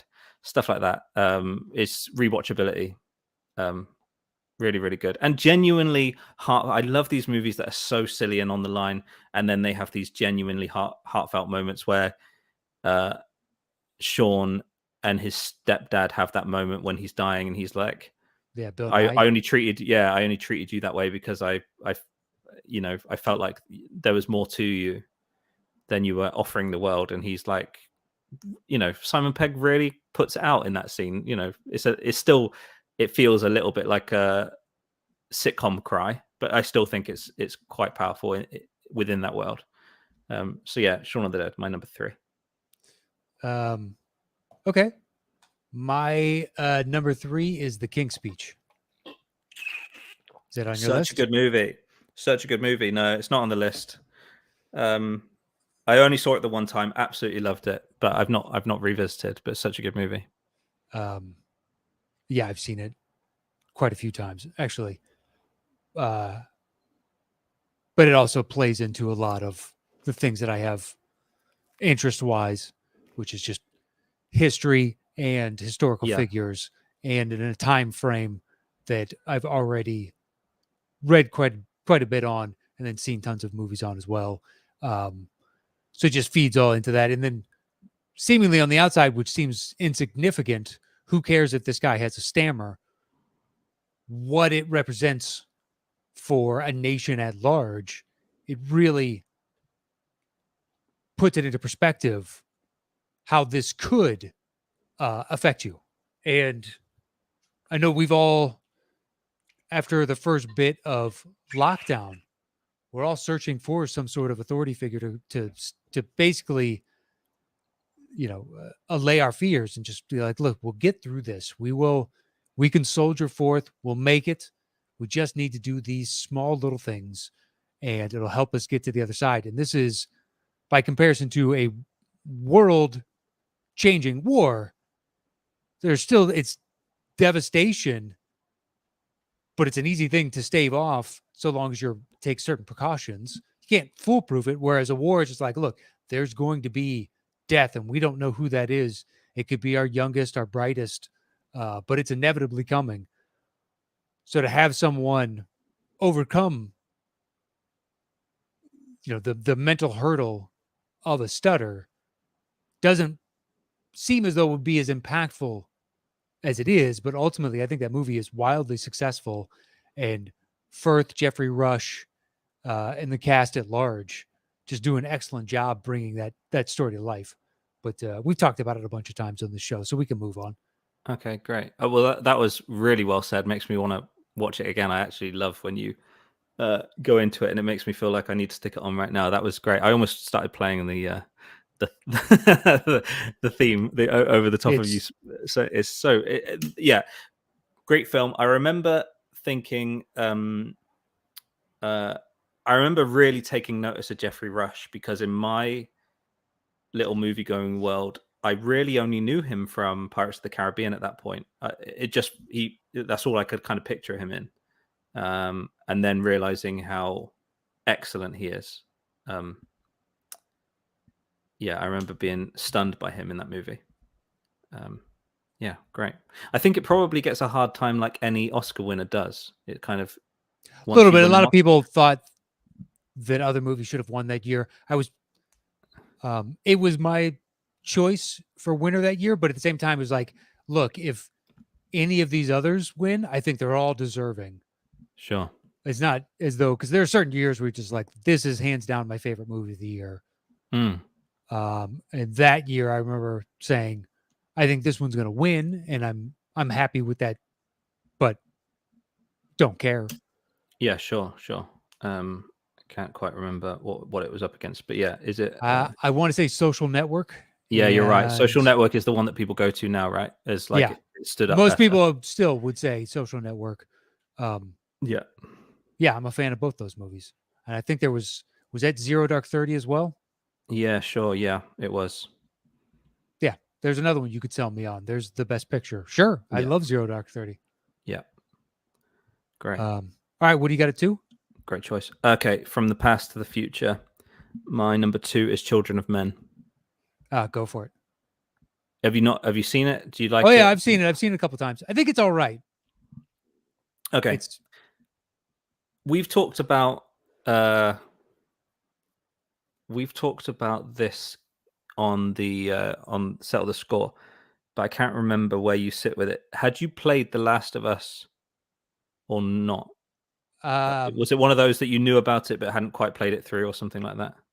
No, I played it because you can get part of PlayStation Network. So I played it. I got a PS5 like a little over a year ago. Okay. So I tried playing it, but the first hour is all slow tutorials, and people are like, stick with it. It gets better after that. But I was just like, I'm good. Plus, I don't really like zombie games. So sure. So so I came to Children of Men post Last of Us. So I've played at that point. I played through Last of Us a couple of times. Now I think I've done it 3 times in total. And so Children of Men, I had to almost remind myself that it inspired Last of Us. They're essentially the same storyline. A dark-haired, cynical dude who's lost everything in a global pandemic is tasked by a rebel outfit in a kind of militant Britain, or not Britain in Last of Us, but militant world, a government, to transport a single innocent girl who within her holds the key to humanity's survival. These are exactly the same stories. And so I came to Children of Men after, I don't know why I missed it for so long, but I came to it after playing through The Last of Us. And a couple of scenes I had seen before, because again, it's a one-shot heavy film with lots of hidden stitches, but there's a few really well choreographed oneers. The ambush in the car, the camera's going from front of the car to the back of the car as they're as if it was reversing, and there's like people being shot inside the car. The camera gets splashed with blood at one point, which it gives you that kind of documentary feel. This feels in a lot of places exactly like a video game, and I don't know honestly if that's because that's the style, or whether video games then adopted this style because Last of Us was so successful, and I've played so many like that since. But it feels like when you're watching it now, having been a video game player, like the camera angle choices, the over the shoulder third person, there's even POV shots. It feels very much like a video game. And yeah, I get tons and tons of enjoyment out of it. Definitely set in London, although it has like elements of they travel to, I think Michael Caine's character lives in Surrey. It's like Farnham, which is the same woods. If you can picture where Michael Caine's character lives out in the woods, it's the same woods at the start of Gladiator. The Oh yeah, the battle sequence. Unleash Hell. Yeah, it's that woods in Farnham, I believe. But yeah, terrific performances all round. It's just so interesting. I think the reason I give this film so much credit is because if I was to stick it on now, I would feel like it's reductive of so many things I've seen. What I have to recall is this kind of kicked off everything I've seen in terms of video game playing and storytelling in that world, in that media. So yeah, I have to give it almost like posthumous credit. I didn't see it when it came out. It would have been very interesting to know how I felt about it if I did see it in like whatever 2006. But because it's kind of the film version, I think Children of Men will end up being the best Last of Us movie, even after the Last of Us movie comes out. It just feels so good. What Neil Druckmann took. I know he's a fan of the film, and I know that he definitely. But it's not like I've clued into something. He has spoken about it frequently. But yeah, I absolutely love that documentary style where your kind of cinematographer is filming the protagonist and then gets distracted by something going on over here, and you turn and then you quickly come back because you're like, oh yeah, no, I'm supposed to be filming Clive Owen. Love that stuff. You really get to see how broad it's almost again, video game world, but like virtual reality, where you can turn every angle and you can see which world you're in, even though the character you're following is over here. You can turn over here and see what's going on, and it feels like that. But Alfonso Cuarón is kind of guiding you. So yeah, I hold it in high esteem. It would be interesting if it was the first of that style that I'd seen. It would be interesting to know my views on Last of Us, which I thought was a pioneer. Obviously, it was a bit of a copy. Okay. So yeah, it's my number 2. Definitely London set in 2027, not far off in the real world. All right, my number 2 is Sherlock Holmes. Oh yeah, see, this is one where it comes up all the time. You've told me to watch it before, and I just haven't gotten to it. You've told me how good it is before, so blind spot. Which is weird to me, just because they had a sequel, both did really well at the box office, so much so that there's a third one coming on the pike. Yeah. And you haven't seen any of them for the amount of movies that you've seen. It's just it's interesting. It's really weird. I think it might be to do with the fact that the TV show Sherlock was around, and I was into that, and it might have been something like that where it just felt like I don't need to do another Sherlock right now whilst I'm still kind of in this. Maybe. I have no idea. Yeah, I think that TV show is good. I don't think it's great, and I'm in the minority. Most people think it's the best, and yeah, I don't know. Anyway, it's a nice, like, you're transporting back about 150. It's looks to be Edwardian England. That would be my guess. Mm-hmm. But to see someone that has managed to accumulate the knowledge that he has, and he's smarter than everyone else. Everybody knows that. He's condescending about it, but yet Sherlock, you let him go. The back and forth between him and Jude Law's Watson they're a great counterbalance to each other, because as Watson is a doctor and he's still intelligent, but he also brings a little bit of fighting style, and he's a good complementary character overall. But yeah, I don't. It's another one where it's come up quite a bit on the show because John and I are both fans of both those movies, and depending on what day it is, I like one more than the other. Whereas if you go by critical consensus, the first one is infinitely better than the second one. I think the second one's just as good, and on certain days it's better. But it's all set in London, and it's Mark Strong plays the heavy, and he's always a good heavy. Yeah. It's this. Basically, he's trying to take over all power in England, subverting the Parliament and everything else, and Sherlock Holmes has got to stop him, and be damned if he doesn't do it. Amazingly, considering it's Sherlock, but yeah, it's an excellent movie. I thoroughly recommend it. I'm assuming easily digestible as well in terms of it's an easy watch, right? It's not like you have to psych yourself up for it.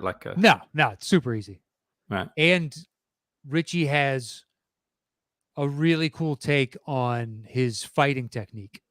I've seen that. The diagramming the action before it comes, because it comes so quickly, that the fact that his mind is laying out all this. Yeah. So it makes a character that you're not known as being an action star into one without stretching the bounds of, disbelief.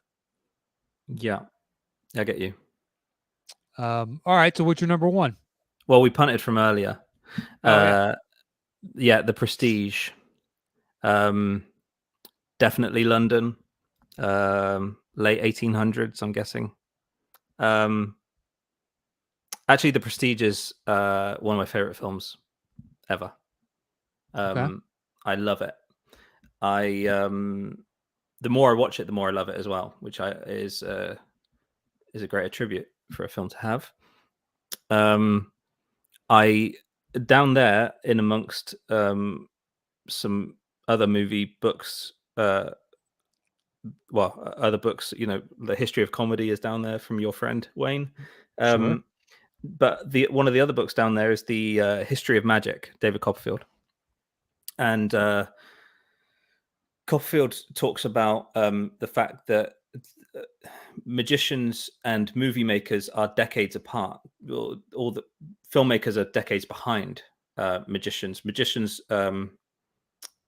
invent ways of creating illusion that then they'll then, when they've used it enough in their acts, will then sell to Hollywood for use in movie making. And I guess CGI has kind of stumped that a little bit, but one guy who still tries to find ways of making things happen without as much CGI as other filmmakers is Nolan. And I feel like he must be a magic fan, like a proper the history of magic type fan.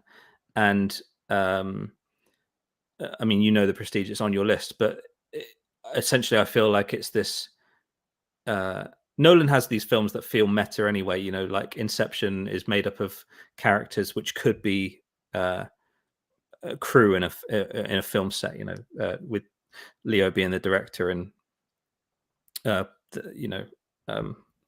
Elliot Page being the production designer and stuff like that.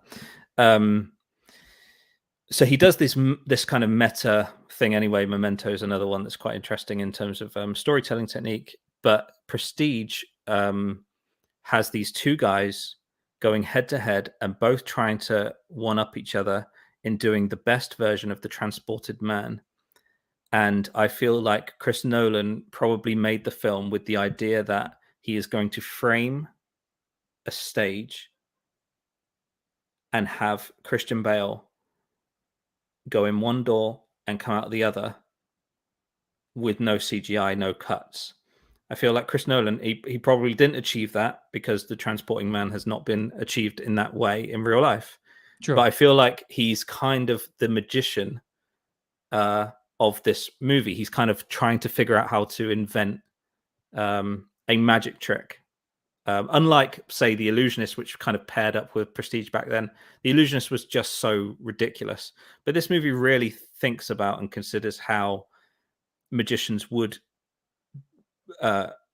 spend their entire lives desperate to figure out this trick, and the sacrifice is a kind of a person within their craft would go to in order to achieve what they want to achieve.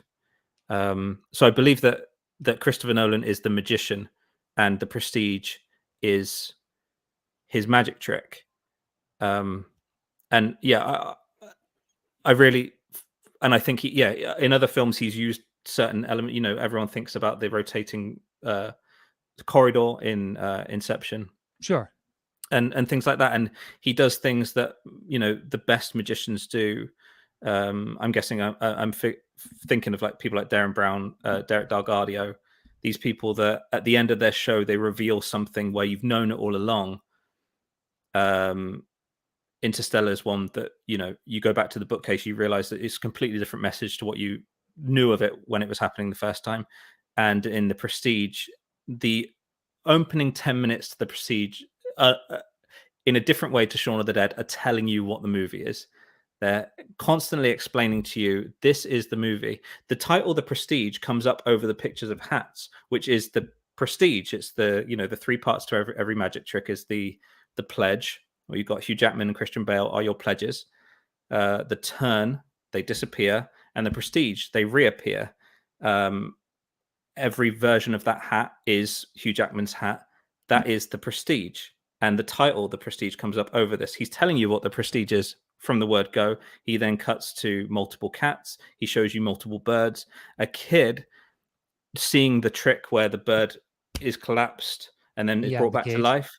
The kid starts crying, says, "Where's his brother?" Well, that tells you what Christian Bale's twist is. There you go. It's right there in front of you. Where's his brother? That's the twist. Borden is Christian Bale's twin brother. It's constantly showing you that there are twins to every. This trick isn't done via an illusion, via a trick. It is death. That's how these tricks are performed. There's a crushed bird in the bottom of a trapdoor. Cut to the final shot of the movie. That's in the first 10 minutes. The final shot of the movie is the reveal of Hugh Jackman, one of many in that kind of Indiana Jones in the warehouse scenes. Hugh Jackman drowned in the same way his wife was, because he decided that would be the way he'd die every night, or he would, or the clone, no way of knowing, he would torture himself by dying in the same way his wife died, because he is desperate to know one time whether it was euphoria or torture that she felt in those final moments. That's his whole life's purpose. And it's just absolute. I just love this movie so much. I can't tell you. I will never bore of it. I've got way more to speak on it, but we'll save it for a whole Prestige show. But yeah, there you go. That's I love it. Yeah, I got nothing to add. That was, I mean, I like the movie, but it's nowhere near. I'm just now thinking, oh shit, maybe I need to go back and watch the first 10 minutes. I've seen it, a handful of times, just because it's a Chris Nolan. It's like, oh, I'll go back and rewatch that whenever I'm in a Nolan type mood. Sure. I tell you the summation of the movie for me is because like there are probably about 5 twist reveals in this movie, which you could call it a little bit of a little bit laborious or a little bit egocentric from Christopher Nolan to be like, this reveal, then this reveal, then this reveal. But there's a moment where in his desperation, I mean, if you try and even just break down what Hugh Jackman's character is, he's absolutely fascinating. He's a British, a well-off British guy called Caldwell, who's playing an American wannabe magician called Angier, who then becomes a French magician called Danton.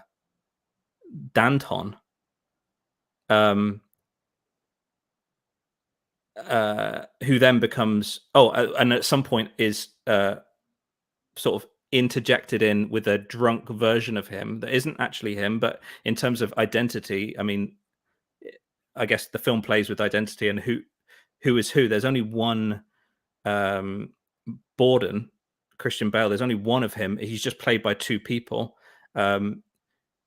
two sides, two heads of the same coin, right? Christian Bale is two people playing one person, like Two-Face. Christopher Nolan's kind of next movie has Two-Face in it. I guess you could consider that Angier has left Caldwell so far behind. He doesn't even speak in a natural British accent when he's not around people. He's taken on the role of Angier. He's left his past behind, a bit like the Dark Knight's Joker. It doesn't even matter who he is. Doesn't matter, right? So it's interesting that Christopher Nolan then went on to make Dark Knight, who have these two villains that I think are Borden and Angier alike. I can't remember what I was going to say. Oh, yeah, my favorite summation of the movie is when Angier, desperate to find out the trick, realizes that it's just that Borden's a twin, him and Fallon, and they switch roles every night, because that's the other thing. He's desperate to know who gets the adoration. He says, which one of you gets to be comes out the door, and he says, we changed it every night. And he's just so shrug of the shoulders of it. But there's a moment where Angier says, almost quivering, like any, and again, how Christopher Nolan must be a magic fan, is that finding out how the trick is done is always the most disappointing part of the trick. Sure. And when Hugh Jackman when Angier finds out how it's done, he says, it was that easy, almost quivering in like sadness. And Christian Bale, Borden, says back to him, and I think this is the whole film, he says, simple maybe, but not easy. And I think that is Christopher Nolan almost writing a line in about people's opinion of The Prestige. It's simple, but not easy to make. And I think that's a perfect like summation of how the film is made. You know, it's at the end of the day, yeah, he gets Nikolai Tesla to transport him. That's simple. Now you know that. That's not going to wow you anymore. But sure. But it's not easy to make a movie where the final twists are as upsettingly obvious as they are excruciatingly genius, in my opinion. Cool movie. All right, so my number one is Topsy Turvy. You ever seen it? No. What is this movie? It's Gilbert and Sullivan making the Mikado. It's this is going to the top of my watch list. It's basically, I mean, they flash forward by showing you some, but then they show you the previous stuff that they've done. It's all based around the Savoy Theater. But then you have the owners of the Savoy with them, and then all the actors.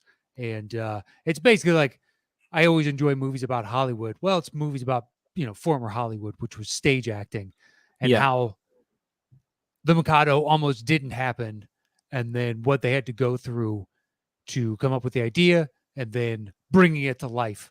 And I've watched it, I don't know how many times at this point. And I realized that it's probably not going to be most people's cup of tea, but for some reason, it just, from the first time I saw it, I've always enjoyed it. And with every passing year, I watch it a little bit more and a little bit more.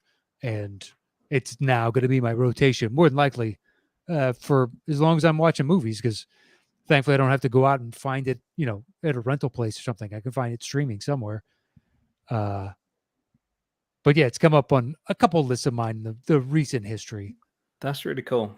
That's going straight to the top of my watch list.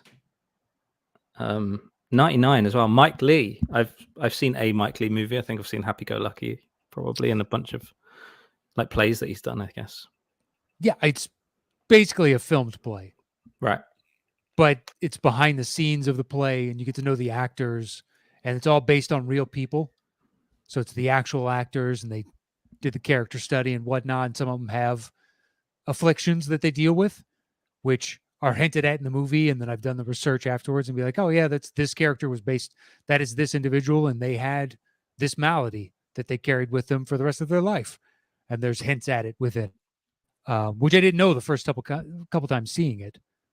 I obviously knew that Gilbert and Sullivan were real, but I never really put much thought into the fact that it's populated by, all the characters in it. It's best I know.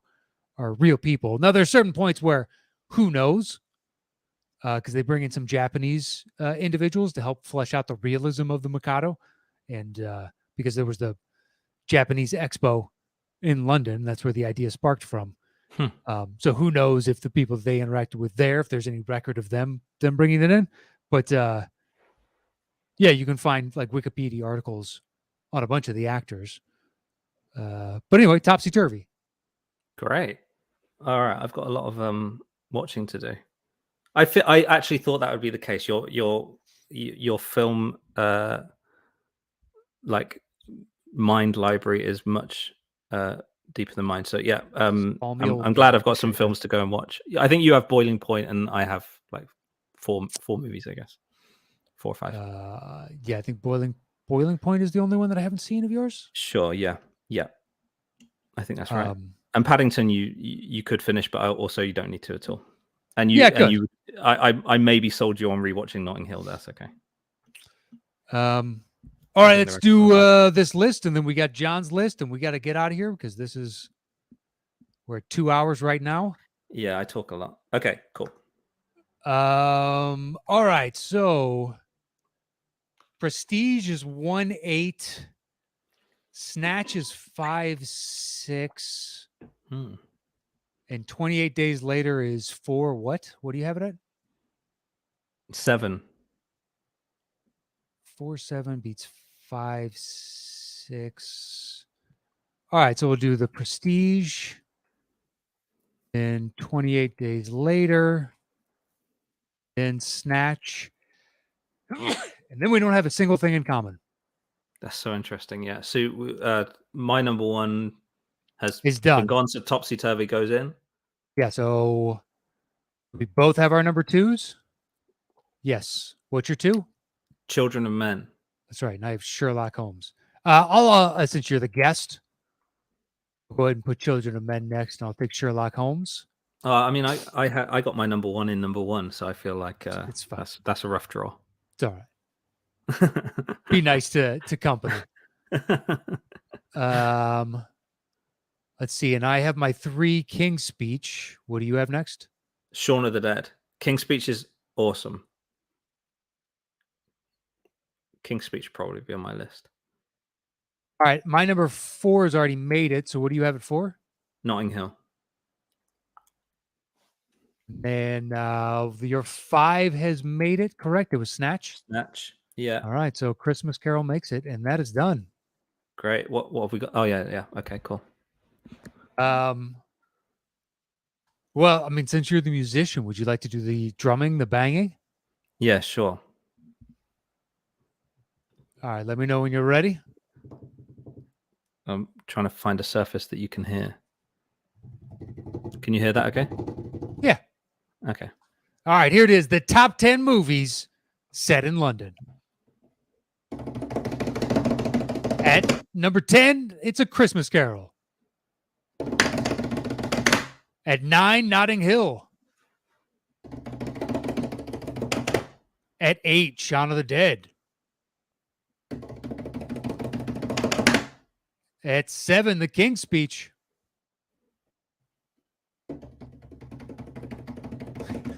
Come on, man. We're at 2 hours. At 6, Sherlock Holmes. I was wondering, do you wait for me to stop or do you cut in? Yeah, I'm waiting for you to stop, but I'm getting these long, sorry. Oh, like, all right, go. Okay. What have we got? What are we on? At 5, Children of Men. Okay. At 4, Topsy Turvy. At 3, Snatch.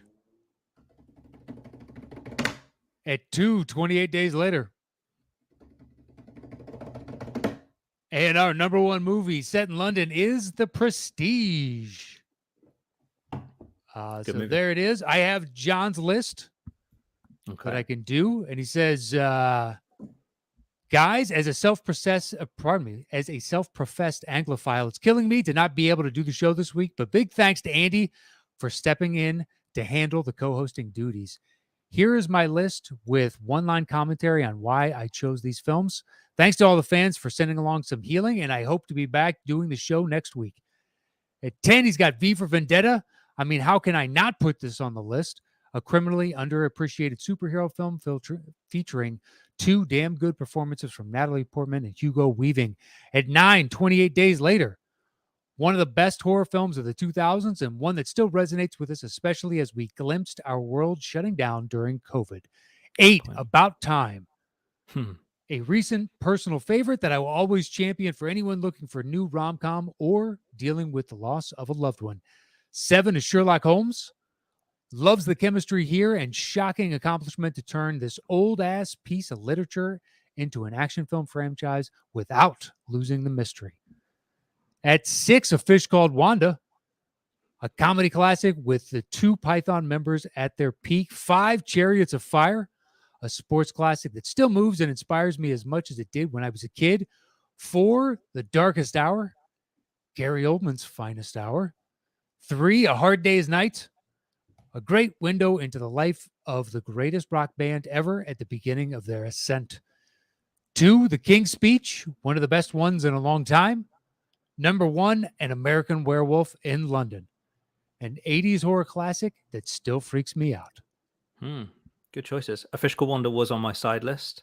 Sure. And the one that I didn't get to that just got bumped off for Snatch was Sliding Doors, because I think it's incredible that a movie that's just pretty much a rom-com with a little bit of a sci-fi element to it by having like alternate realities has created a phrase that everyone, even if you haven't seen the movie, everyone knows what a sliding doors moment is. And I think that's quite fascinating. It's kind of etched its way into our zeitgeist in that way. And the movie doesn't feel worthy of having a phrase in our language. Yeah, like some Malcolm Gladwell like book titles we know as like phrases now, like everyone says tipping point or outlier or whatever, 10,000 hours, that kind of thing. But yeah, that was the one that just missed out. All right, well, before we get out of here, is there anything you want to say? Well, Settle the Score is the only other thing I do. So yeah, go and follow Matt on YouTube to watch us do that. It's a really fun movie trivia game with music at the center of it, with soundtracks and scores. I play piano and sing, and Matt hosts, and it's really, really good fun. And hopefully we'll have John Rocha when he's well again as a guest shortly, right? Yeah, we have him slated in the next few weeks, so hopefully he'll be on the other side at that point and up for it. And yeah, if you want to check out Settle the Score, by the time this comes out, last week we had Lon versus Sam, round 3, and then next week you'll be hearing Dan Murrell versus Christian Harloff. So please tune in, check out, and it's called Settle the Score. You can find it anywhere you get podcasts. And my one plug, if you guys are so inclined, my wife's pizza shop is in the middle of the LA Times has their best pizza in all of Southern California, and she is one of 5 pizza shops that has made the list. No way. So if you want to search out LA Times and Best of the Southland, you can find her in the pizza category. It's 2 Saucy Broads. So please go. You can vote there. You can vote once a day. We'd really appreciate it. We've already made it this far. So hopefully apparently there's one juggernaut that more than likely is going to win. But you never know. You never know. So go out there, search out the LA Times Southland Awards, and you can find 2 Saucy Broads under the pizza section and give us a vote there. But that is it for the top 10 this week. My thanks to Andy for taking time out of his schedule to help us out this week and take over, fill in for John while he's recuperating. And you can follow Andy at STS_AndyM. Please hit him up on Twitter. Let him know what you thought about today's show. And you can follow me anywhere at Matt Knost. That is it for this week's top 10. And as a heads up, there will not be a Topic Thunder this week, just because when you guys email those in, a lot of times you direct them at John and I. So I could have done it with Andy today, but for fear of getting a bunch of questions where it's John and I specific, then we'd have to rifle through, and it just didn't seem like it was as easy as a plug and play option as bringing Andy seamlessly onto the show here. So so long as John is right as rain, or at least good enough next week, we'll be back to doing our regularly scheduled programming. But that is it for the top 10 this week. Thank you so much. We'll see you guys next week with a brand new episode. And until then, adios.